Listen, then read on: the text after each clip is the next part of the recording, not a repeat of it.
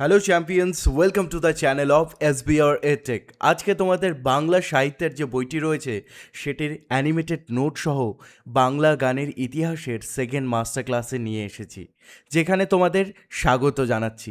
Animation নোটের মাধ্যমে আজকে আমরা এই ক্লাসটিকে করে নেব এবং খুব সহজে বুঝে নেব বাংলা গানের ইতিহাস। যদি তোমরা মাস্টার ক্লাস 1 সেটি না দেখে থাকো তাহলে অবশ্যই সেটি ডেসক্রিপশনে লিঙ্ক থাকলো, দেখে নিও। আর যারা যারা আলফা মেম্বার্স রয়েছে তাদের বলে রাখি, এই স্মার্ট নোট 3টি তোমাদের কিন্তু গ্রুপে অলরেডি অ্যাড করা হয়েছে অ্যাপের মধ্যে। চলো শুরু করি। প্রথমে আলোচ্য বিষয়। আজকের আলোচ্য বিষয় বাংলা গানের মূলধারা। বাংলা গান কোথার থেকে এলো? প্রথমে কবি গান আমরা জানতে পারি, তারপরে পাঁচালী গান বাংলাতে জানা গেল, আখড়াই গান এবং হাফ আখড়াই গান, তারপরে যাত্রা গান।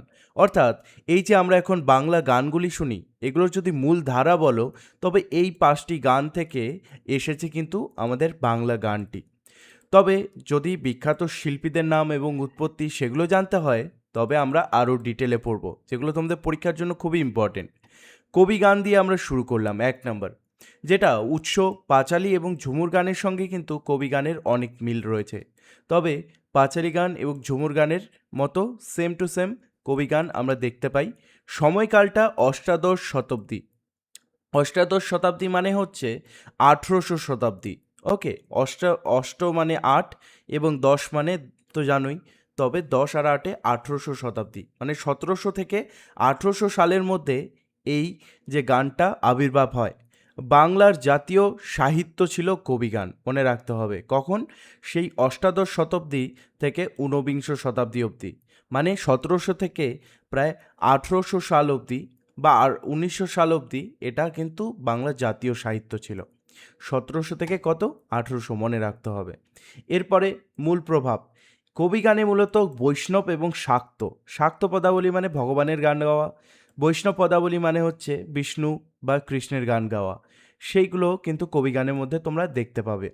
সখী সংবাদ, বিরহ বলতে গেলে এখানে নায়ক নায়িকার সেই সখী সংবাদ মানে প্রেম এবং বিরহ মানে প্রেমের থেকে যে বিচ্ছেদ, সেটা গান গাওয়া হতো।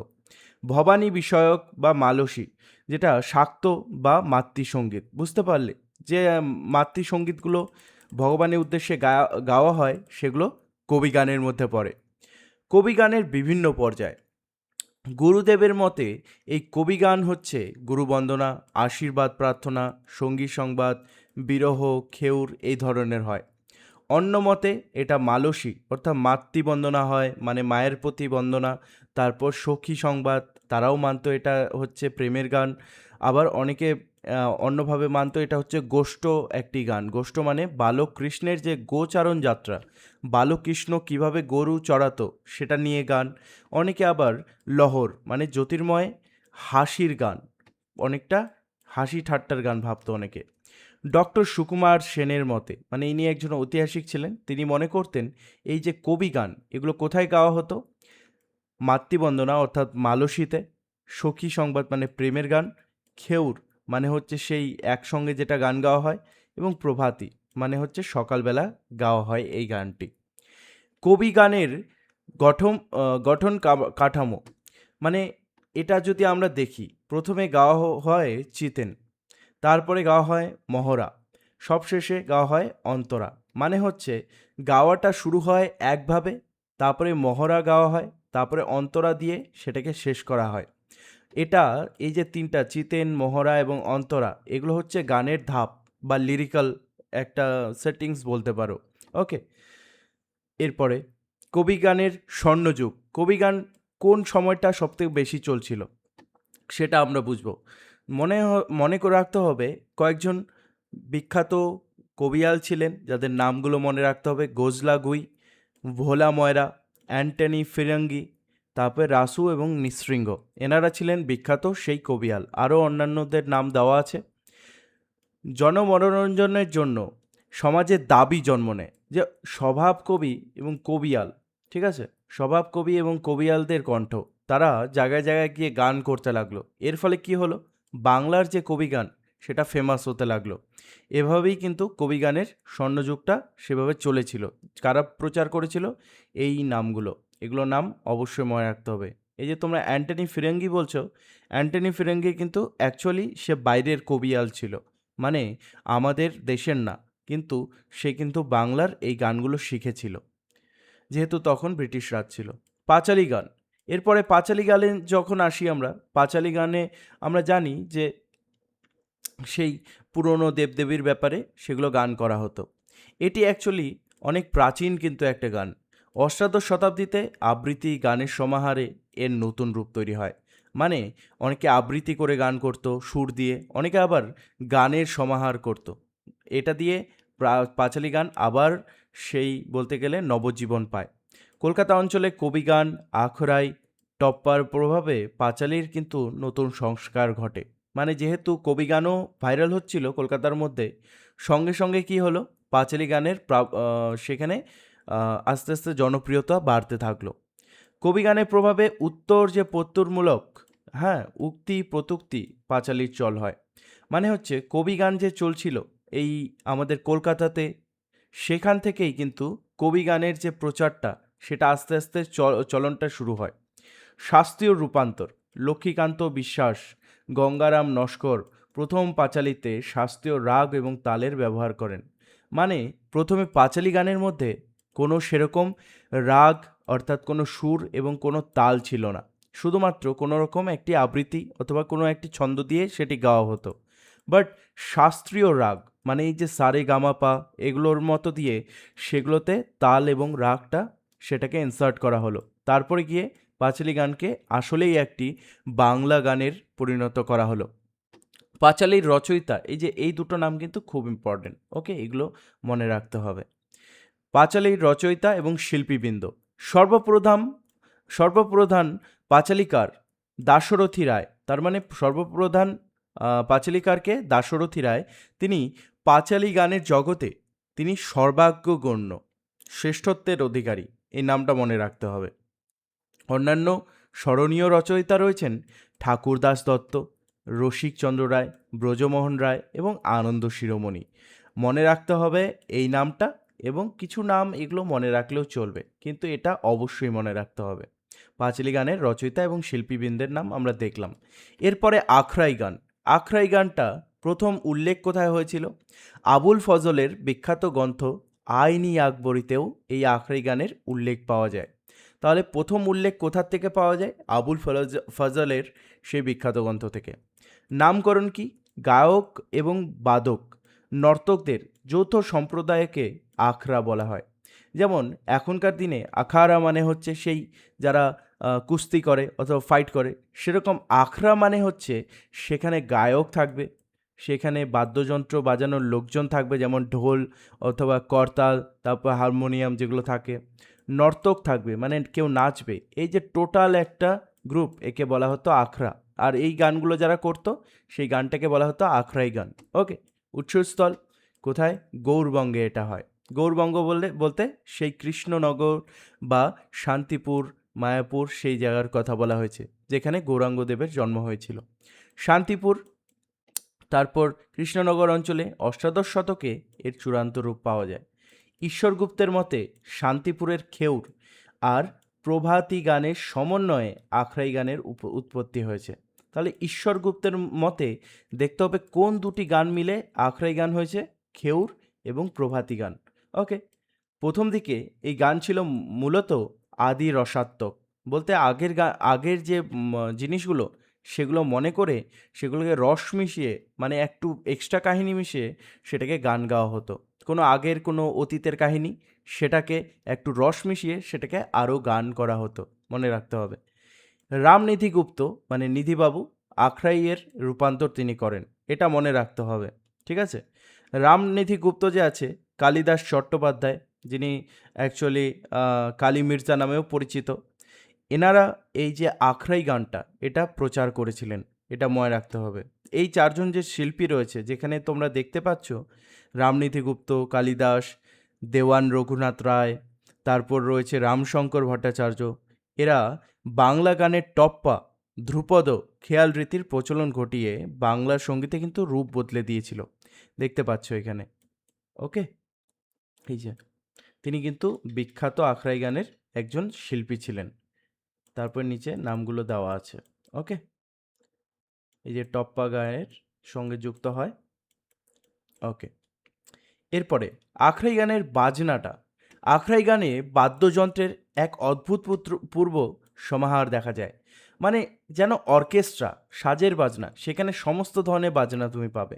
বেহালা, সিতার, বীণা, বাঁশি, জল তরঙ্গ, তারপর ঢোল, তানপুরা, এই সমস্ত বাদ্যযন্ত্র আখড়াই গানে ইউজ করা হতো।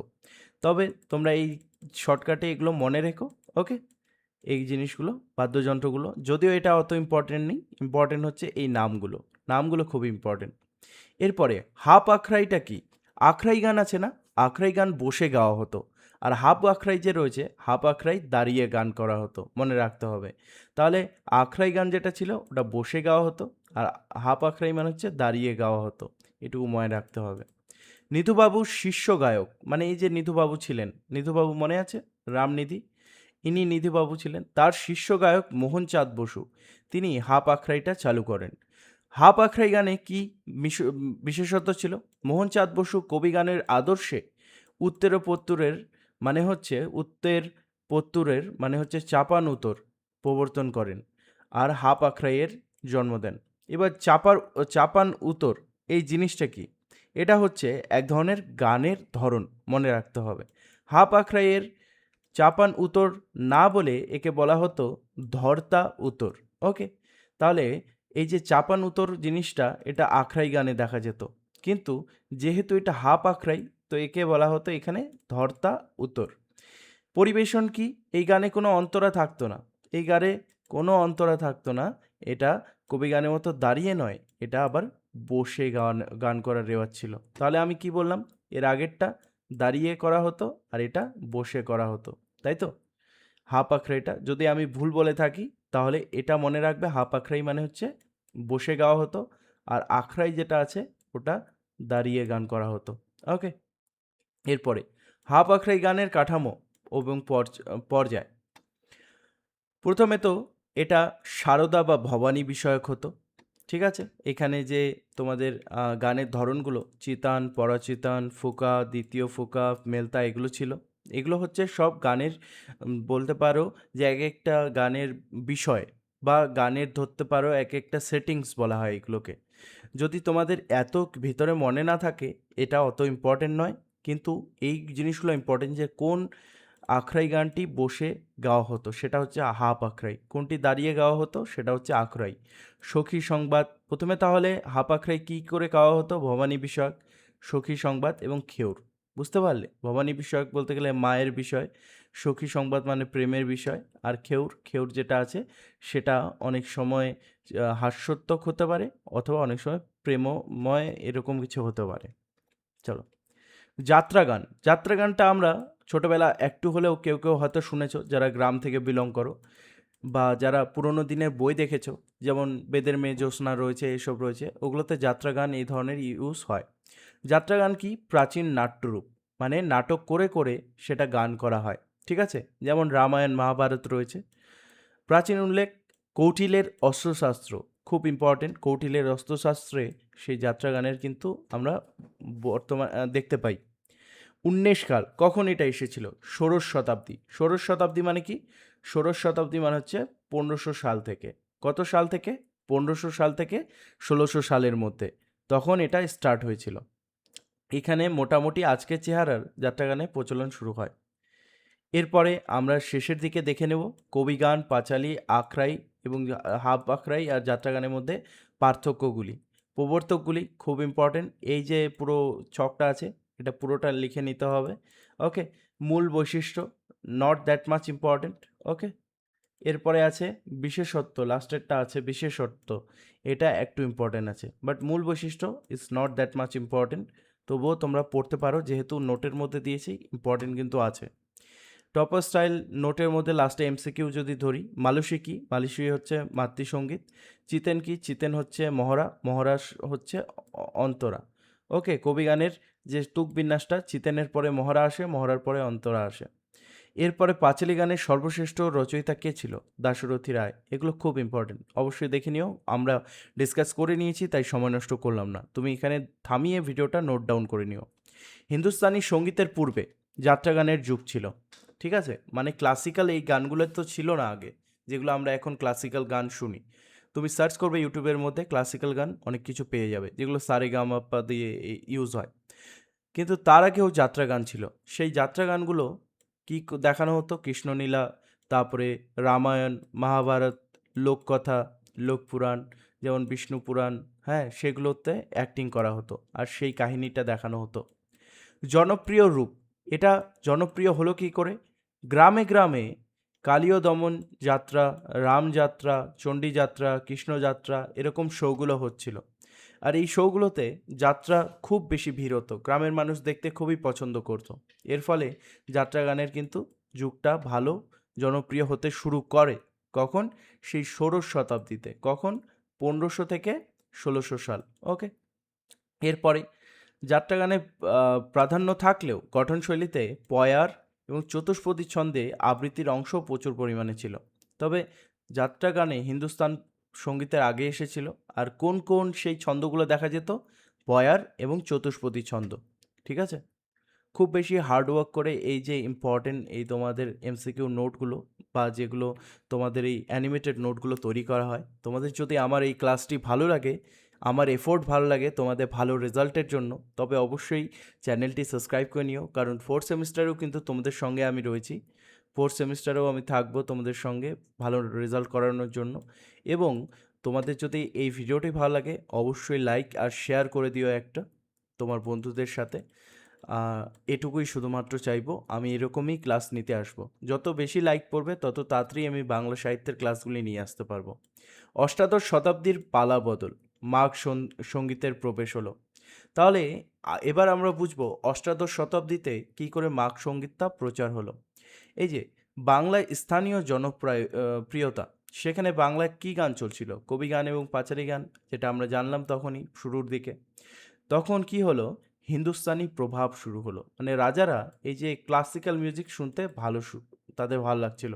এই যে হিন্দুস্তানি মার্গ সঙ্গীত মানে হচ্ছেই সেই ক্লাসিক্যাল মিউজিক, যেখানে ধ্রুপদ, ধামার, টপ্পা, খেয়াল, ঠুমরি, এগুলো ছিল এক একটা টাইপ অফ ক্লাসিক্যাল মিউজিক, ঠিক আছে? এগুলো ছিল এক এক টাইপ অফ ক্লাসিক্যাল মিউজিক, সেগুলো কিন্তু এই জিনিসটা ইম্পর্টেন্ট, এটা অবশ্যই জেনে নেবে। বাংলার ধ্রুপদী সঙ্গীতের 4 স্তম্ভ। ধ্রুপদী সঙ্গীত শুরু হলো কী করে বাংলায়? রামনিধি বাবু, যিনি অ্যাকচুয়ালি কী গান করতেন? সেই কোন গান করতেন বলো? হাপ আখড়াই, তাই না? আখড়াই, যেটা আখড়াই কোথার থেকে এলো? এই যে আখড়াই রামনিধি বাবু নিয়ে এসেছিলেন, আর তার যে শিষ্য সেটা হাপ আখড়াই নিয়ে এসেছিল মোহনচাঁদ। সেই যে আমাদের রামনিধি বাবু আছে, তিনি কিন্তু এই বাংলার যে ক্লাসিক্যাল মিউজিক বা ধ্রুপদী সঙ্গীত তিনি শুরু করেছিলেন। তারপরে কি? কালিদাস চট্টোপাধ্যায় বা কালী মির্জা। ওকে। তারপরে দেওয়ান রঘুনাথ রায়, রামশঙ্কর ভট্টাচার্য, এই 4টা নাম খুব ইম্পর্টেন্ট, মনে রাখতে হবে, খুব ইম্পর্টেন্ট। টপ্পা গানের ব্যুৎপত্তি, অর্থ। এই টপ্পা যে গানটা আছে, টপ্পা শব্দ, এটার মানেটা কি? লোকগান থেকে এটা উৎপত্তি হয়েছে। মনে করা হয় পাঞ্জাবের লোকগান যে রয়েছে ঢপা অথবা টপে, সেটা থেকে টপ্পা গানের সৃষ্টি হয়েছে। কৃষ্ণানন্দ বন্দ্যোপাধ্যায় যে রয়েছে, তিনি বলছেন গীত সূত্রসার গ্রন্থ অনুযায়ী টপ্পা শব্দের আদি অর্থ হলো লা। টপ্পা শব্দের তাহলে আদি অর্থ কি? লা, এটা মনে রাখতে হবে। ওকে। তবে টপ্পা যে গানের ধরনটি রয়েছে সেটির আমরা ডিটেলসে জানলাম।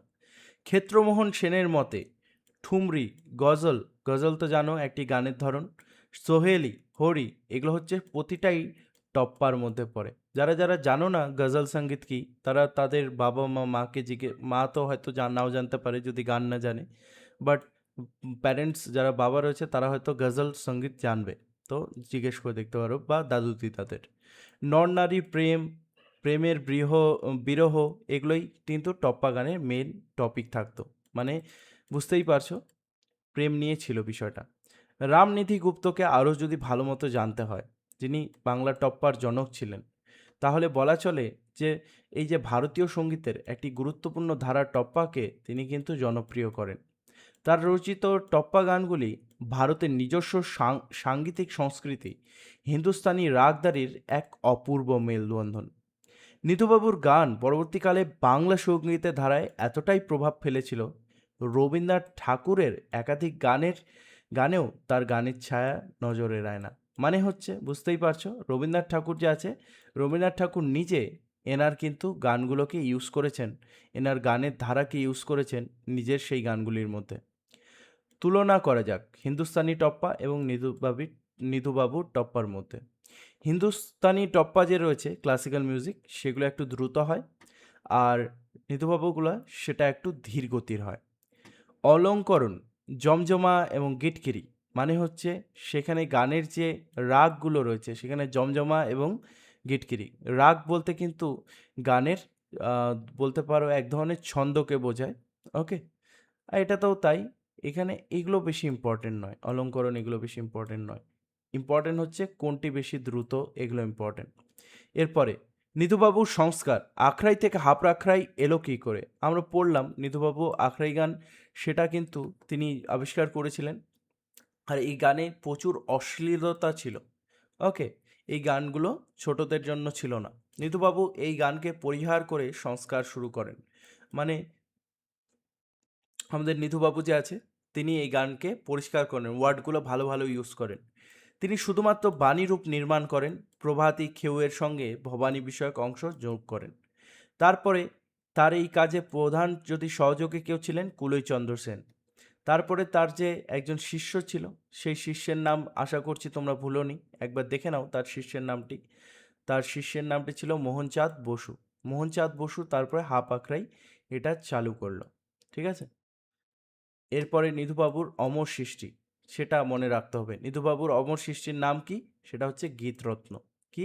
গীতরত্ন। নিধুবাবু যা রচনা করেছেন 3 সংস্করণে, তিনি গীতরত্ন নামে একটি গীতি সংকলনে এটা রেখে দেন। মানে এই বইটার নাম হচ্ছে গীতরত্ন। এটা 3 সংকলনে এসেছিল, মানে ফার্স্ট পার্ট এসেছিল, তারপরে সেকেন্ড ভার্সন এসেছিল, তারপর থার্ড ভার্সন। সেই থার্ড ভার্সনটার নাম হলো গীতরত্ন, পুরোপুরি টোটাল বইটার নাম হলো গীতরত্ন। এবং এখানে কি কি রয়েছে? মোট গান রয়েছে 550টি। সেখানে আখড়াই গান, যেটা তিনি অ্যাকচুয়ালি আবিষ্কার করেছিলেন, সেটা আছে 24টি। টপ্পা গান, যেটা তিনি প্রচার করেছিলেন, সেটা আছে 526টি। তাহলে নিধুবাবু মেনলি টপ্পা গানেরই কিন্তু প্রচারক ছিলেন। কালিদাস চট্টোপাধ্যায়, কালী মির্জা, যাকে সেই বাংলা টপ্পা গানের কিন্তু দ্বিতীয় জনক বলা হয়, তার শিক্ষা বারাণসী, লখনৌ এবং দিল্লিতে হয়েছিল। এখানে তিনি সঙ্গীত শিক্ষা করেন। বুঝতে পারলে? এখানে যখন তিনি সঙ্গীত শিক্ষাটা নিলেন, তারপরে তার ঘরানা জানা দরকার। ঘরানা মানে হচ্ছে তার শিক্ষক।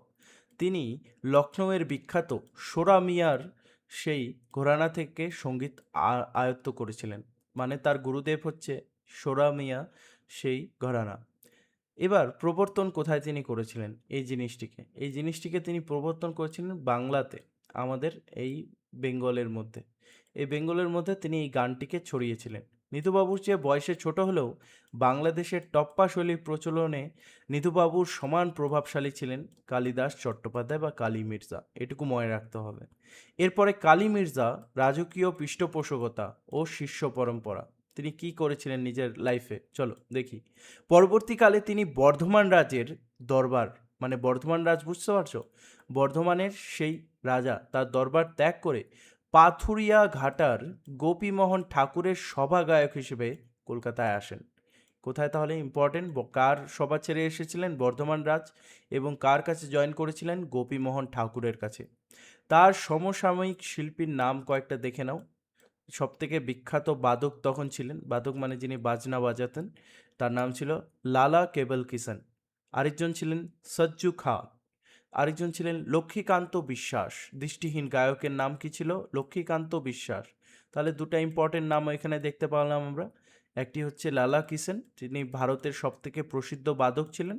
আরেকজন হচ্ছে দৃষ্টিহীন গায়ক, যার নাম ছিল লক্ষ্মীকান্ত বিশ্বাস।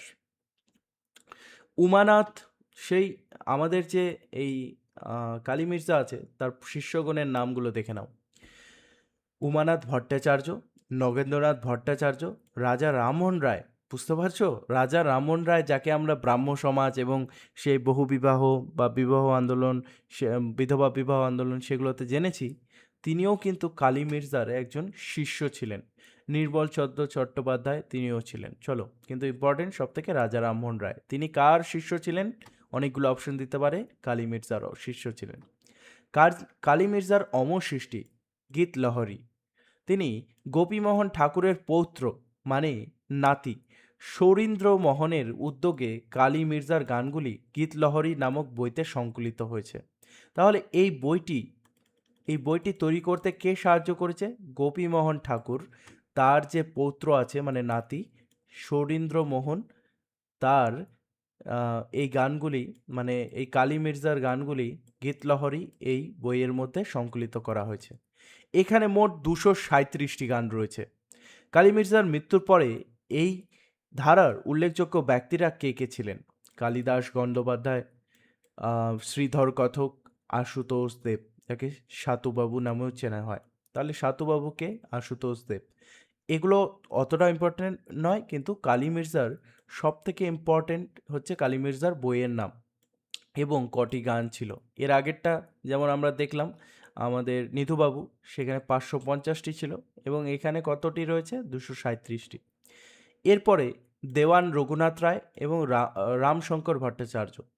এখানে শুধুমাত্র এটুকুই মনে রাখতে হবে যে বাংলাদেশে এই যে দেওয়ান রঘুনাথ রায়, তিনি রাগ সঙ্গীতের অপর একটি ধারা খেয়ালের চর্চা প্রথম তিনি বাংলাদেশে শুরু করেন। মনে রাখতে হবে এটা, তিনি বাংলায় খেয়ালের প্রবর্তক। আর রামশঙ্কর ভট্টাচার্যের যদি কথা বলি, তো এই যে আমরা একটু আগে দেখলাম যে টপ্পা যে গান রয়েছে তার 4টা পিলার রয়েছে, তারপরে সবার লাস্টেরটার নাম দেখছিলাম কি? রামশঙ্কর ভট্টাচার্য। রামশঙ্কর ভট্টাচার্য তাদের মধ্যে একজন ছিলেন। তিনি কি করেছিলেন দেখা যাক। বাংলা গানের ধ্রুপদী রীতি অনুপ্রবেশে এই চতুষ্টয়ের মধ্যে অন্যতম এক উজ্জ্বল নক্ষত্র।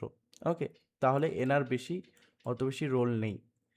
এরপরে পরীক্ষার্থীদের জন্য দেখতে পাচ্ছ মাগ সঙ্গীত মানে কি? জমজমা গিটকিরি হচ্ছে হিন্দুস্তানি গানের কণ্ঠের দ্রুত ও জটিল অলঙ্করণ। বুঝতে পারছো? গানের এক ধরন, যেটা আমি বলছিলাম। বিলম্বিত লয় মানে ধীর গতিতে গাওয়া গান।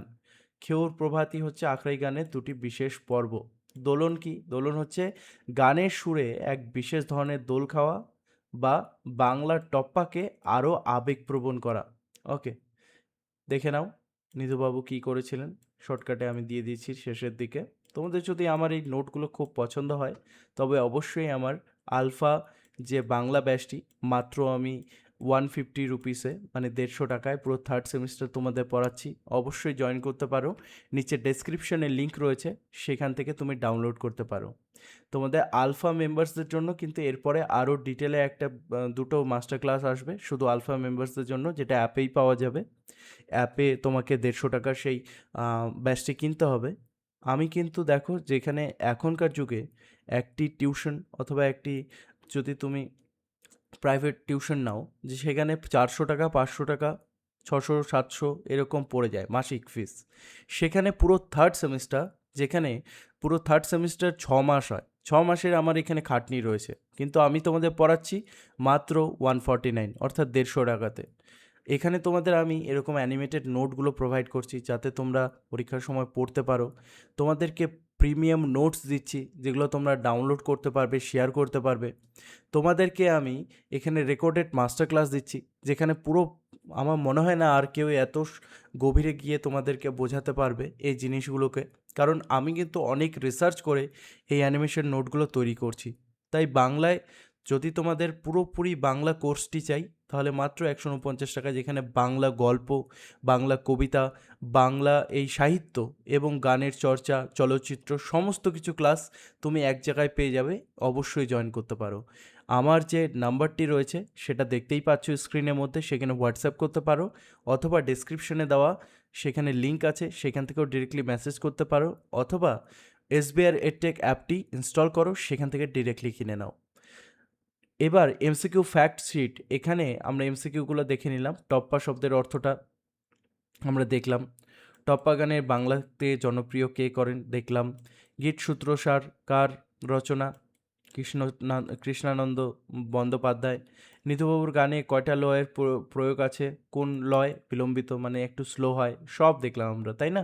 সব থেকে ইম্পর্টেন্টগুলো আমি এখানে দিয়েছি, তোমরা কিন্তু অবশ্যই অবশ্যই এগুলোকে নোট ডাউন করে নিও। এবার আরেকটি কি আসছে, এইখানে দেখো যে আমাদের যে এই গানটি রয়েছে, ওকে, সেই গানকে, বাংলার গানকে আরও 4টি ভাগে ভাগ করা যায়।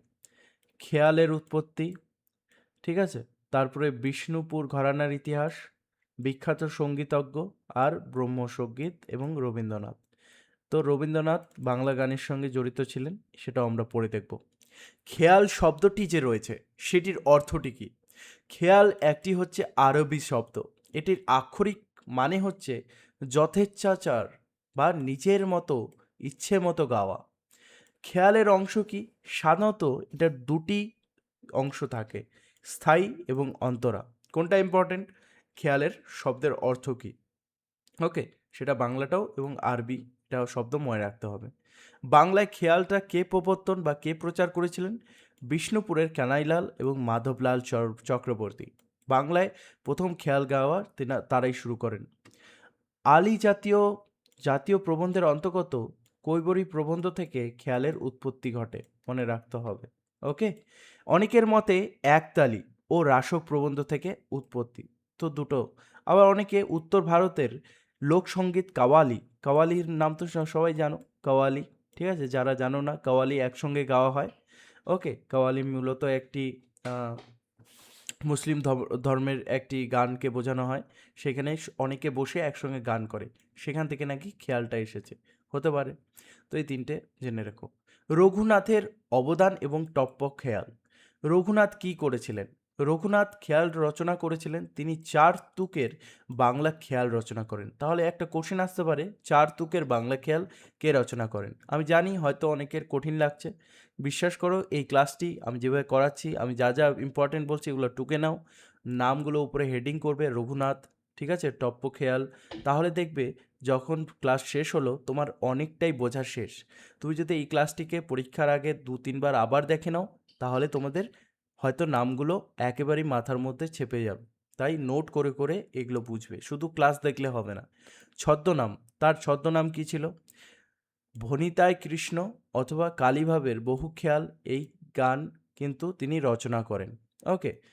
তার ছদ্মনাম হয়তো অকিঞ্চন ছিল, মনে রাখতে হবে, ওকে। এরপরে সংকলিত গ্রন্থসমূহ, তার রচনা সংকলিত আছে ভারতীয় সঙ্গীতের মুক্তাবলী, সঙ্গীত সার সংগ্রহ, বাঙালির গান, এরকম 3টে গ্রন্থের মধ্যে তার গানগুলো আছে। তাহলে রঘুনাথের গান কোথায় কোথায় আছে জানতে পারলে। সময়কালটা কখন ছিল টপ্প খেয়ালের? টপ্প খেয়ালের সময়কাল ছিল অষ্টাদশ শতাব্দীর মাঝামাঝি, মানে হচ্ছে 1750 সাল, ঠিক আছে, 1750 সাল। আমি লিখতে পারছি না, তোমরা নিশ্চয়ই বুঝে গেছো, ঠিক আছে, 1750। কম্পিউটারে লিখতে একটু অসুবিধা হচ্ছে, ওকে। এরপরে কি?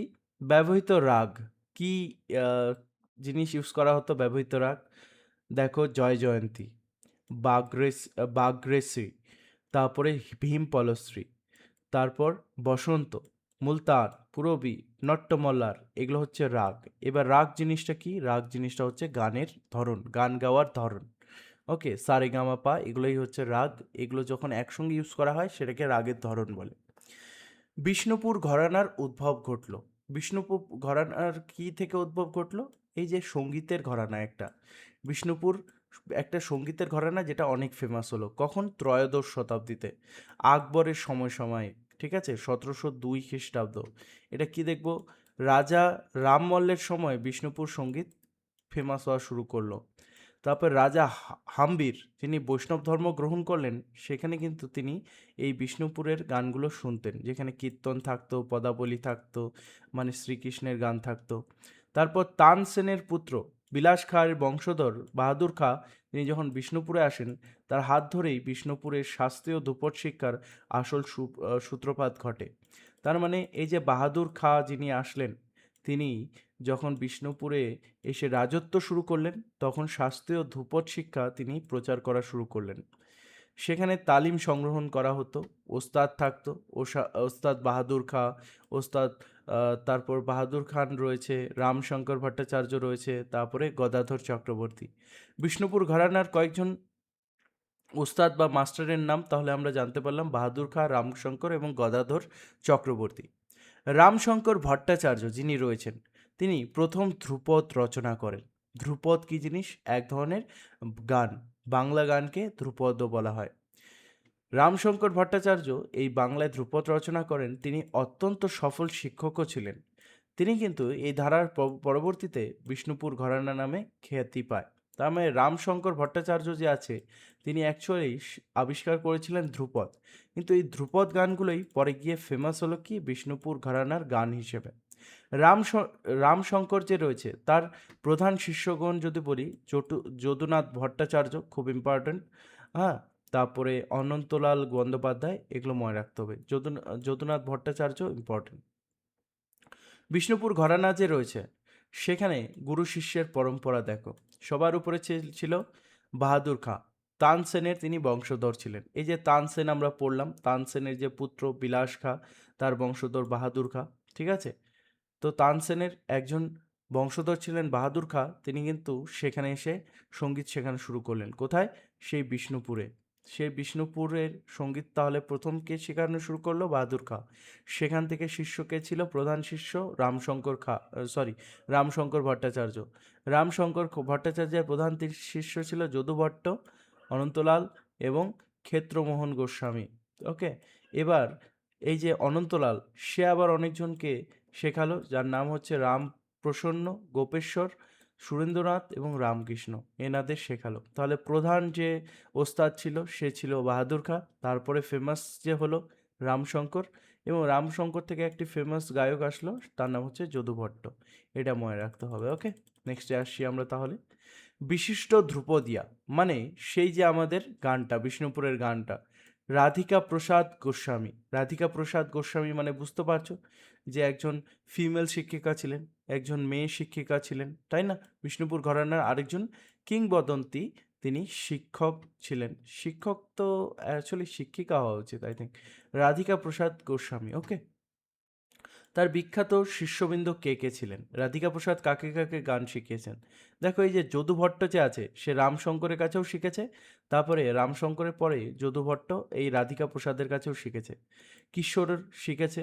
আর আমাদের রবীন্দ্রনাথ ঠাকুর, তার গানের গুরুর নাম ছিল রাধিকা প্রসাদ গোস্বামী, মনে রাখতে হবে। তাহলে রবীন্দ্রনাথ ঠাকুরের শিক্ষক কে ছিলেন? রাধিকা প্রসাদ গোস্বামী গানের দিক থেকে। গোপেশ্বর বন্দ্যোপাধ্যায়, যিনি সম্পর্কে অনন্তলালের পুত্র ছিলেন। এই যে অনন্তলালের পুত্র ছিলেন সেই গোপেশ্বর বন্দ্যোপাধ্যায়। এবার রাধিকা প্রসাদ বেতিয়া ঘরানার গুরু প্রসাদ ও শিবনারায়ণের মিশ্রের কাছেও তালিম নেন। মানে রাধিকা প্রসাদ, ঠিক আছে, রাধিকা প্রসাদ কাদের কাছ থেকে তালিম নিয়েছিল? তো এখানে নামগুলো জানলাম, অতটাও ইম্পর্টেন্ট নয়। ইম্পর্টেন্ট হচ্ছে রবীন্দ্রনাথ ঠাকুরের হয়তো এইভাবে আসলো, গুরুর নাম কী ছিল। সাহিত্য এবং গবেষণা। সাহিত্যর দিক থেকে যদি দেখি আমরা, যে এই গানগুলোকে সাহিত্যে কে এনেছিল?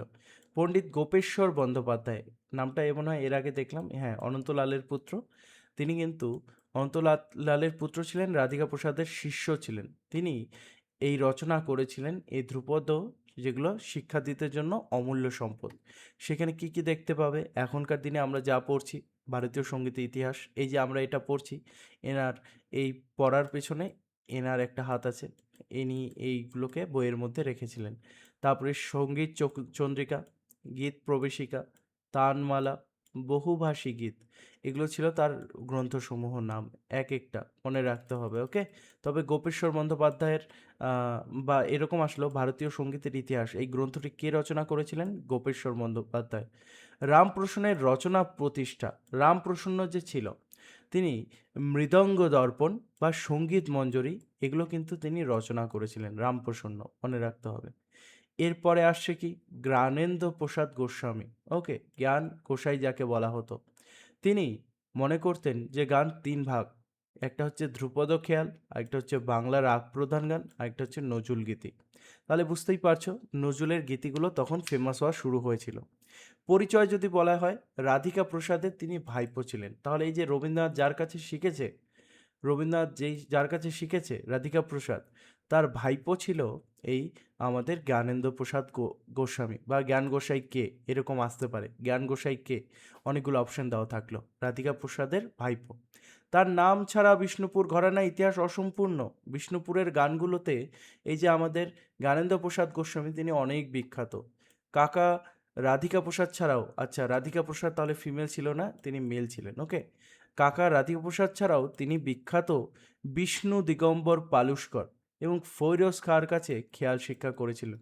তার মেয়ে রাধিকা প্রসাদ যে ছিলেন, রাধিকা প্রসাদ ছাড়াও এই যে আমাদের জ্ঞানেন্দ্র প্রসাদ, তিনি কার কার কাছে শিখেছেন? বিষ্ণু দিগম্বর এবং ফৈয়াজ খান, ওকে। এরপরে আমরা আসি সুরেন্দ্রনাথ বন্দ্যোপাধ্যায়, যেটা ইম্পর্টেন্ট রয়েছে তোমাদের জন্য, এবং তার বাদ্যযন্ত্র, তিনি কি বাদ্যযন্ত্র বাজাতেন? অনন্তলালের আরেক পুত্রের নাম ছিল সুরেন্দ্রনাথ বন্দ্যোপাধ্যায়। তিনি শুধুমাত্র বিখ্যাত ধ্রুপদ শিল্পী ছিলেন না, তিনি একজন অসামান্য যন্ত্রী ছিলেন। মানে তিনি এই তবলা অথবা বীণা এসব বাজাতে পারতেন। শুধু গান না, গানের সঙ্গে সঙ্গে তিনি এই জিনিসগুলো বাজাতে পারতেন। কি কি? সুরবাহার, সেতার, এসরাজ, ব্যঞ্জো, ক্যানন, তারপরে ন্যাসতরঙ্গ, নৌকাতরঙ্গ, কাষ্ঠতরঙ্গ, জলতরঙ্গ, এগুলো তিনি বাজাতে পারতেন, ওকে। তারপরে কি? আমরা চলে আসলাম সুরেন্দ্রনাথ এবং অন্যান্য গুরুদেবের পর যে সমস্ত কীর্তিশিল্পীগুলো বিষ্ণুপুর ঘরানাকে বাংলার বুকে জীবিত রেখেছেন। বিষ্ণুপুর যে এত ফেমাস হয়েছে, কে কে সেগুলোকে ফেমাস করেছে, নামগুলো দেখে নাও। কিন্তু আসল নামগুলো আমি তোমাদের বলেই দিলাম, সেগুলো বেশি মনে রেখো, এগুলো তারপরে মনে রেখো, এগুলো অতটাও বেশি ইম্পর্টেন্ট নয়, ওকে। বিষ্ণুপুর ঘরানার যে সাংগীতিক বৈশিষ্ট্য, বিষ্ণুপুর ঘরানার সঙ্গীতটা এত বাংলার মধ্যে ফেমাস কেন হলো? কারণ এর যে সুরগুলো ছিল সরল এবং অলংকার বিরল ছিল। মানে এই সুরটা অন্য গানে পাওয়া যেত না, কিন্তু সুরটা সেরকম কমপ্লেক্স ছিল না, সরল ছিল। আর কি? বর্জিত উপাদান, এরা গদকামির প্রাবল্য থাকে না এতে, হ্যাঁ। তারপরে কি? চ্যাটের অতিশয্য, অতিরিক্ত শারীরিক বা স্বরের কসরত সম্পূর্ণ বর্জিত। মানে এখানে একটা মানুষ ধরে নাও অনেকক্ষণ ধরে সারেগামাপা অনেকক্ষণ ধরে টেনেই যাচ্ছে, শ্বাস নিচ্ছে না, এরকম কোনো না। এখানে খুবই শান্ত মেজাজে গায়কেরা গান করতো এবং গানগুলো শুনতে অনেক ভালো লাগতো।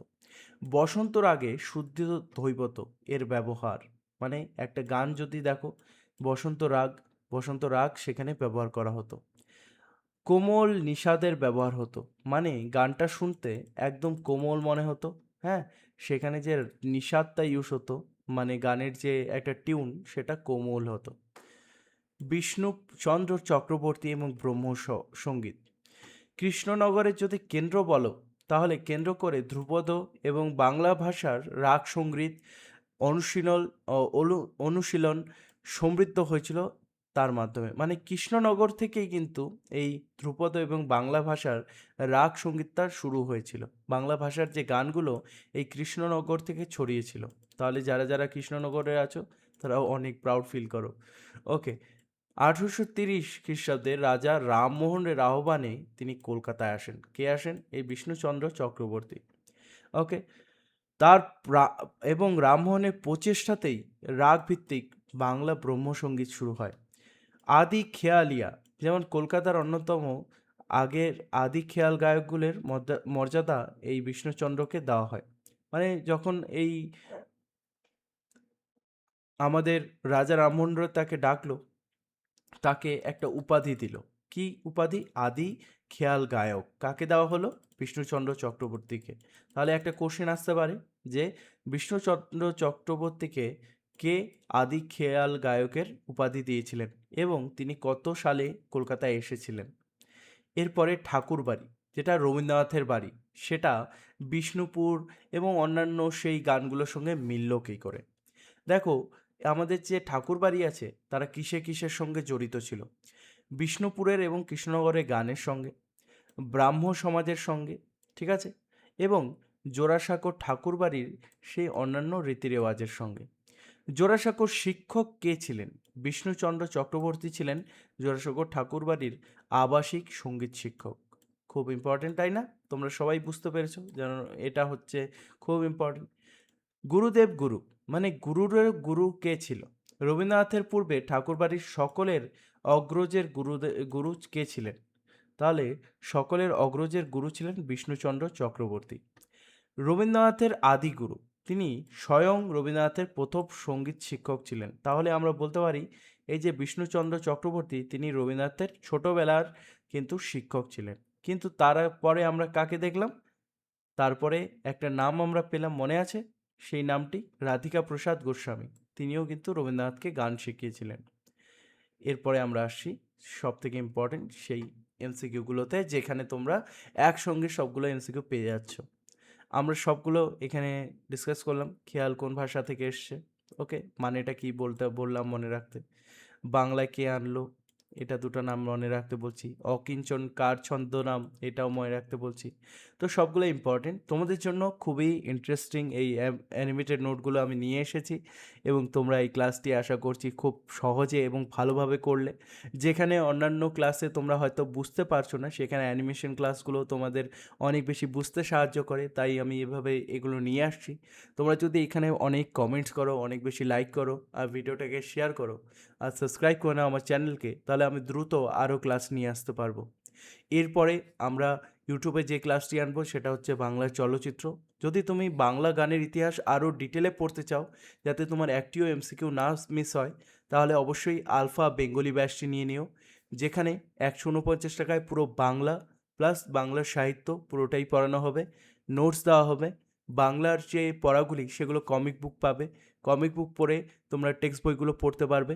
সঙ্গে রেকর্ডেড ভিডিওস এবং লাইভ ক্লাসেসও হয়, তুমি জয়েন করতে পারো। আমি কিন্তু তোমাদের সঙ্গে এবারে পরীক্ষায় পুরো দমে রয়েছি।